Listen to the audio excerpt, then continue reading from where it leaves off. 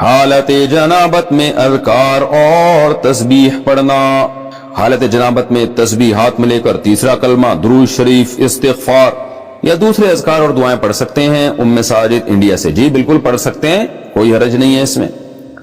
اور خاص طور پہ جو خواتین مینسز کی حالت میں ہوتی ہیں وہ تو بالکل ہی عبادت چھوڑ دیتی ہیں, یہ بھی صحیح نہیں ہے بھائی. نماز اور تلاوت نہیں کرنی, باقی عبادتیں تو کریں, تسبیحات پڑھیں, دعائیں مانگیں اللہ تعالیٰ سے.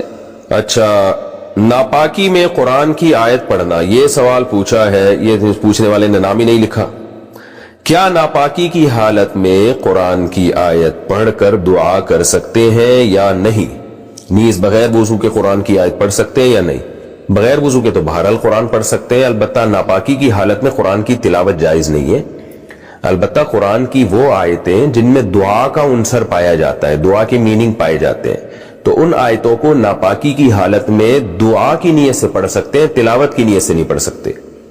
جیسے قرآن میں آتا ہے ربنا آتنا فی الدنیا حسنۃ وفی الآخرۃ حسنۃ وقنا عذاب النار. اب یہ دعا ہے لیکن قرآن کی آیت بھی ہے, تو آپ اسے آیت کی نیت سے نہ پڑھیں, ناپاکی کی حالت میں دعا کی نیت سے آپ پڑھ سکتے ہیں. اسی طرح آیت الکرسی ہے تو یہ قرآن کی آیت, لیکن اگر آپ ناپاکی کی حالت میں یعنی جنابت میں یا حیض و نفاس کی عورت اگر ہے تو حیض و نفاس کی حالت میں آیت الکرسی قرآن کی تلاوت کی نیت سے نہ پڑھے. ہاں وہ بطور دم کے, بطور رقیہ کے, بطور وظیفہ کے پڑھ سکتی ہے وہ.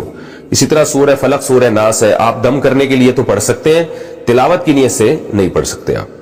ناپاک بستر پر ناپاک کپڑوں میں تلاوت وغیرہ کا حکم. اگر بیڈ یا صوفہ وغیرہ ناپاک ہو جائے تو اس پر بیٹھ کر تلاوت کرنا, ذکر کرنا, یہ دینی بیان سننا جائز ہوگا یا نہیں؟ اس طرح ناپاک کپڑوں میں ان کاموں کا کیا حکم ہے؟ سلمان صاحب لاہور سے.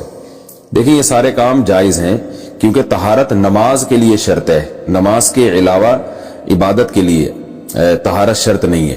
لیکن یہ بہرحال ادب کے خلاف ضرور ہے کہ جگہ ناپاک ہے, آپ وہاں بیٹھ کے قرآن کی تلاوت کر رہے ہیں, ناپاک کپڑے پہن کے کر رہے ہیں, تو یہ بہرحال ادب کے خلاف ہے, اس لیے اس سے اجتناب کرنا چاہیے. اس سے تلاوت کی اہمیت بھی دل سے نکل سکتی ہے.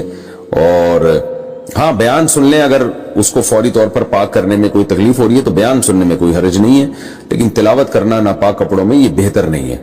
ناپاکی کی حالت میں آیت کریمہ پڑھنے کا حکم. کیا آیت کریمہ کا ختم بغیر وضو کے ناپاکی میں کیا جا سکتا ہے؟ نیز کیا خواتین دوران حیض آیت کریمہ پڑھ سکتی ہیں؟ فاطمہ بیگم انڈیا سے.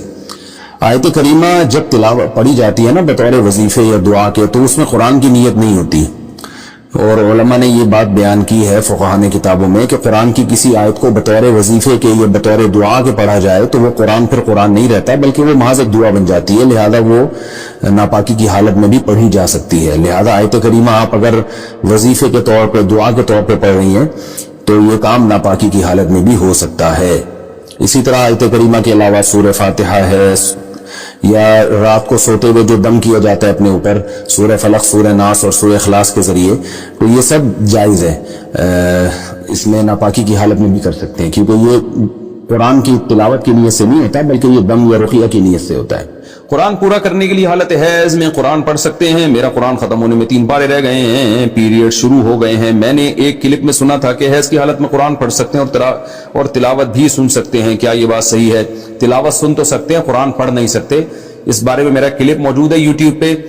محترمہ ڈاکٹر فرحت ہاشمی کا ایک ان کے حوالے سے ایک بات چلی تھی, اور جو ان کی اکیڈمی میں کام کرنے والی خواتین ہیں انہوں نے ایک فتوے کو وائرل کیا تھا جس میں یہ بتایا گیا تھا کہ حالت حیض میں بھی عورت قرآن کو ہاتھ لگا سکتی ہے.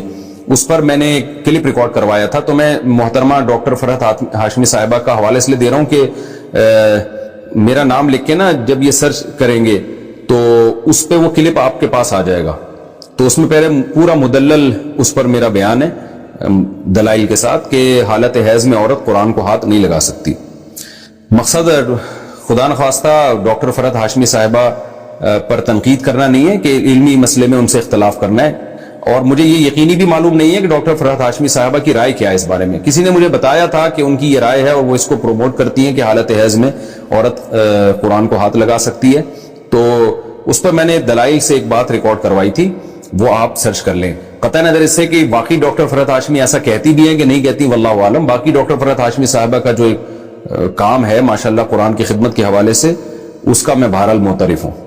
کراچی سے ایک خاتون نے سوال پوچھا ہے کہ ایام حیض میں غیر یقینی صورتحال ہو تو غسل کب کریں؟ حیض کے آخری دنوں میں جب ہمیں دن میں صرف یہ 1 یا 2 بار اسپاٹنگ ہوتی ہے، یقین نہیں ہوتا کہ اب خون آئے گا یا نہیں، تو ہمیں غسل کرنے کے لیے کتنا انتظار کرنا چاہیے؟ نیز اگر ہم نے انتظار کیا اور بلیڈنگ نہ ہوئی تو کیا ان نمازوں کی قضا کرنی ہوگی؟